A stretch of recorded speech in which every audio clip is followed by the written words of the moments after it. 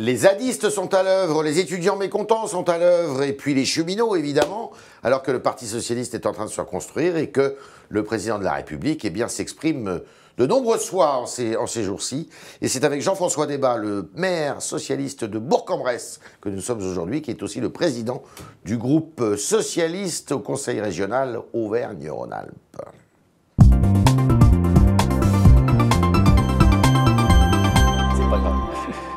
Il me faisait dire qu'il était aussi secrétaire national du parti. Bonjour Jean-François Debat. Bonjour. Alors le gouvernement est-il assez ferme ou trop ferme avec ce qui se passe à Notre-Dame-des-Landes, avec les zadistes qui sont remontés, les étudiants dans les universités, dans quelques universités? Il y a des désordres ici ou là. L'attitude du gouvernement est la bonne? Le gouvernement est un peu dépassé.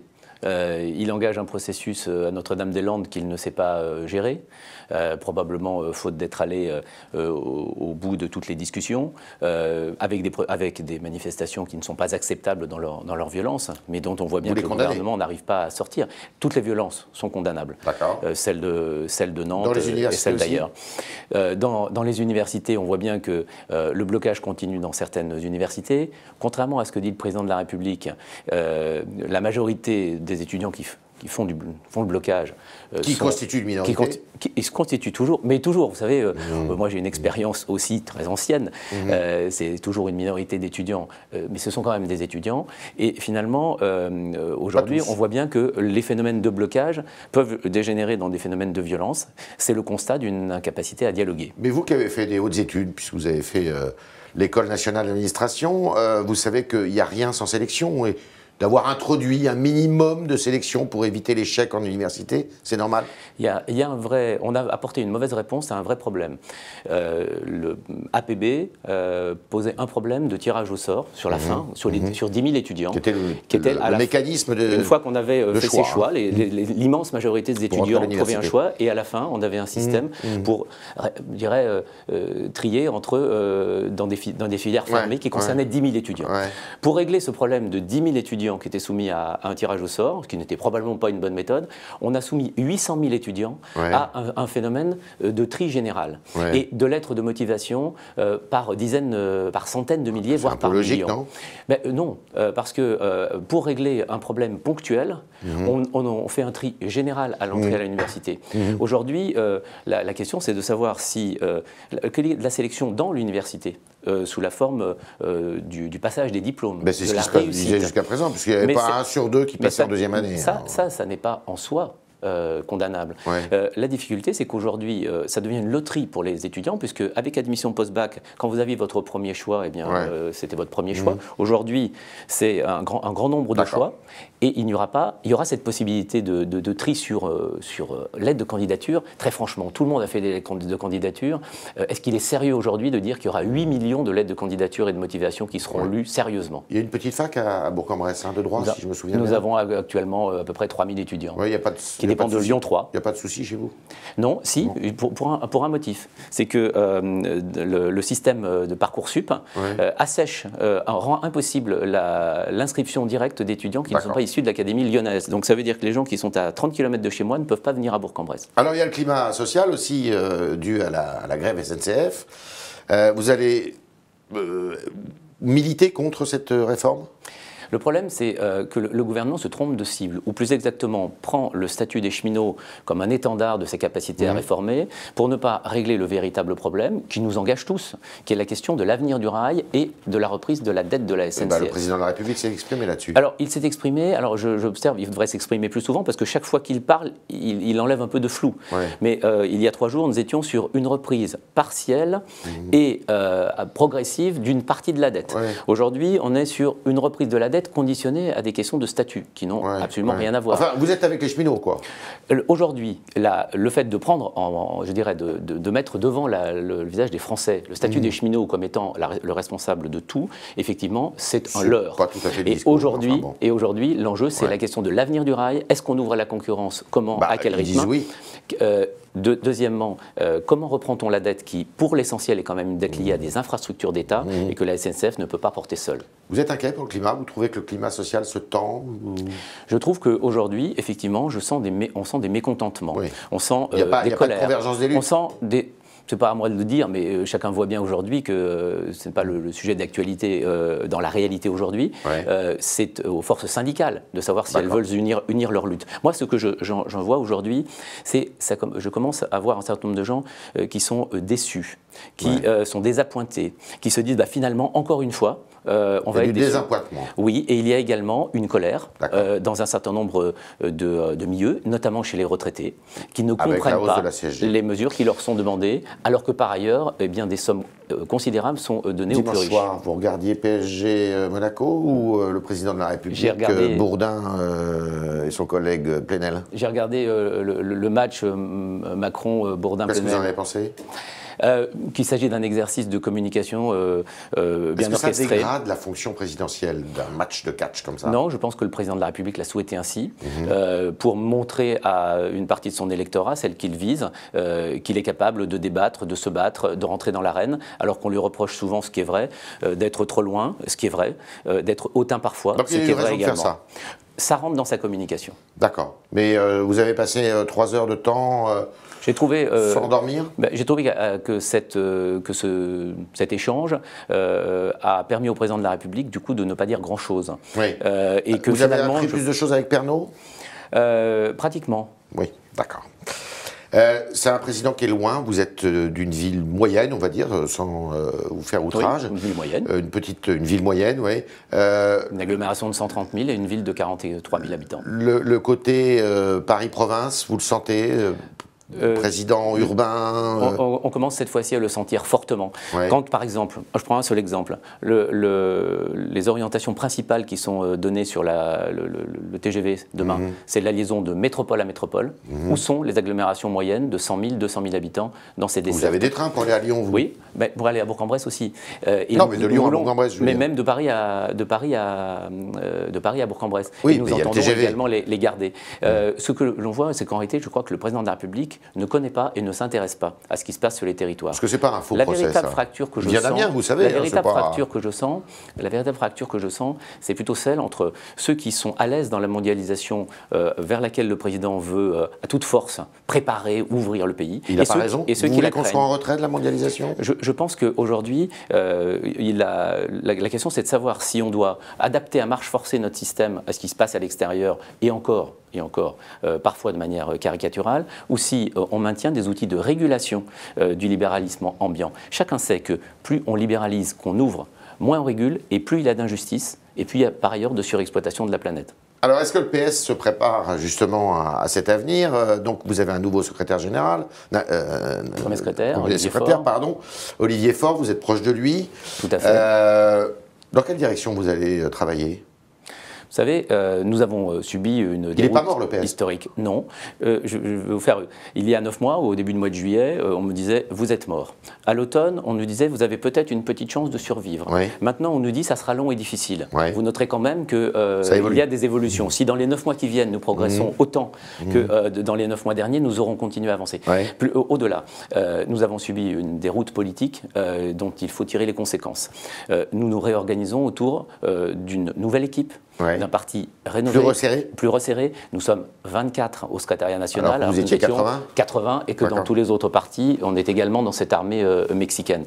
Il s'agit d'une forme de shadow cabinet qui aura 2 missions. D'abord, s'exprimer sur les sujets de l'actualité politique et l'action du gouvernement, de la majorité, et deuxièmement, préparer nos propositions.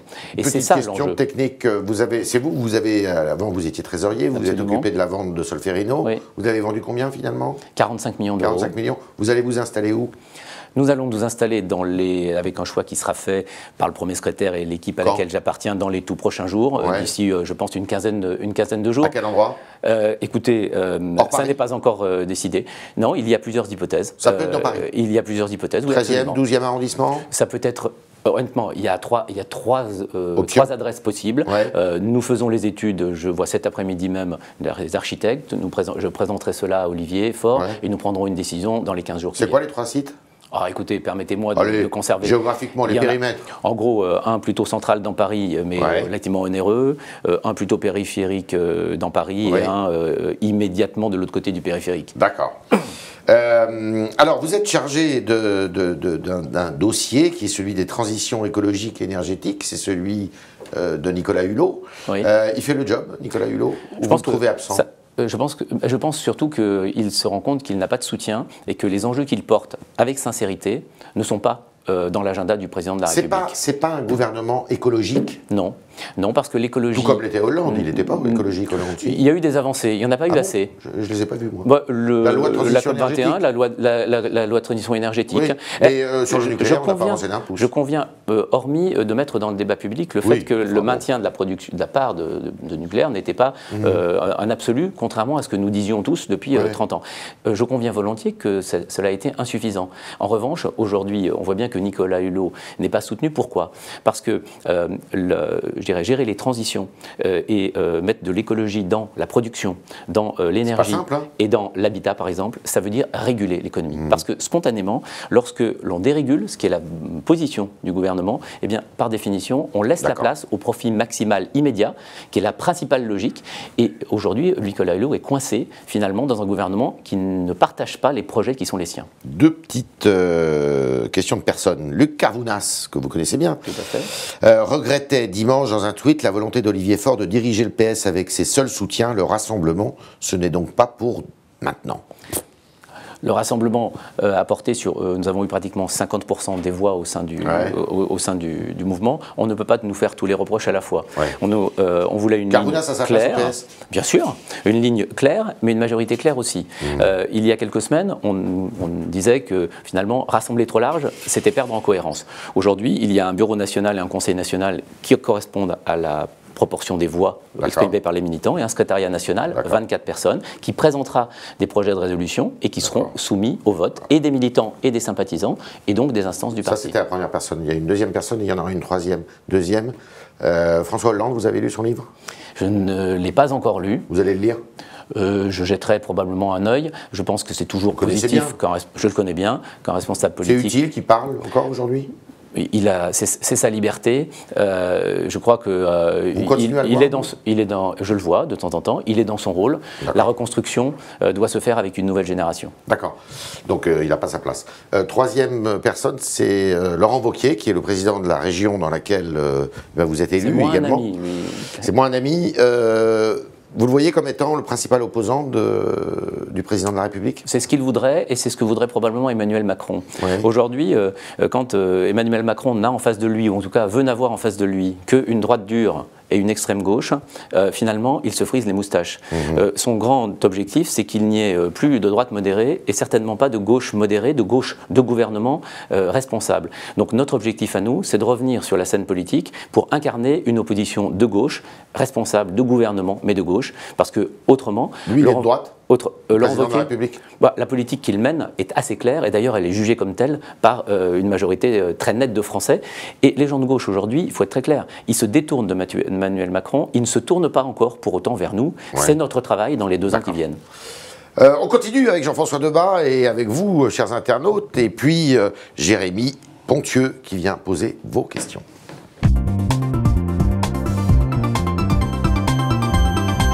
Bonjour Jérémy. Bonjour Yves, bonjour Monsieur Debat. Bonjour. J'avais une première question de Jérôme 86. Lors du congrès Parti Socialiste, vous avez parlé de renforcer l'orientation du parti avec les questions écologiques. Absolument. À quel point cela est-il important pour vous? Vous savez, le PS était loin des questions écologiques avant? Oui, parce qu'en réalité, pour le moment, l'écologie, c'est une partie de nos propositions, comme dans tous les partis. On a rajouté une partie, on a l'économie, le social, le logement et on a l'écologie. Aujourd'hui, nous devons passer à autre chose, c'est-à-dire que ce soit le moteur des propositions que nous faisons en matière de développement économique. Produire autrement, ça ne veut pas dire ne plus produire, mais ça veut dire produire autrement en se préoccupant de l'épuisement des ressources, en se préoccupant de cette mondialisation débridé qui fait que finalement les produits circulent 3 fois autour de la Terre avant d'arriver. Et donc aujourd'hui l'enjeu c'est de placer l'écologie politique, c'est-à-dire la social écologie, dans ces 2 dimensions, écologique et sociale, au cœur de notre ADN, au cœur de notre projet, et pas comme étant une partie de notre projet. Vous la pratiquez dans votre ville, à Bourg-en-Bresse? Par exemple, les écoles, là, c'est du circuit court, les cantines? C'est ce que j'essaye de faire. Vous savez, moi, je suis venu à défendre cette idée des transitions par la pratique. Et parce que j'ai constaté que ce que je faisais comme maire, ce que nous faisions à la région dont j'ai été 12 ans vice-président, eh bien, allait bien au-delà de ce que même le Parti socialiste acceptait de revendiquer en matière de substitution des modes doux à même dans des villes moyennes, avec la régulation de l'automobile, en matière d'accès de nouveaux produits dans l'alimentation, en matière de production d'énergie. C'est encore timide et modeste, mais aujourd'hui, c'est un enjeu absolument essentiel. Il y a deux enjeux. Il y a celui de l'intégrer dans notre logiciel et dans finalement le cœur de notre projet, et pas une partie de notre projet. Et le deuxième, c'est que les catégories moyennes et populaires ne se voient pas comme les variables d'ajustement de cette écologie, avec une perte de pouvoir d'achat. Sinon, elles le craignent, elles en ont peur et elles s'y opposent. Notre enjeu, c'est de réconcilier l'écologique et le social. D'accord. Christine Saiz a une question un petit peu plus sur l'asile et l'immigration, donc on quitte l'écologie. Comment s'organise la position du PS sur le débat qui a été ouvert hier, enfin, à l'Assemblée nationale. Alors vous n'êtes pas député, mais est-ce que ce projet de loi plutôt, vous convient? Ce projet de loi est consternant de la part proposé par quelqu'un qui se dit issu de la gauche, et moi qui est Gérard Collomb.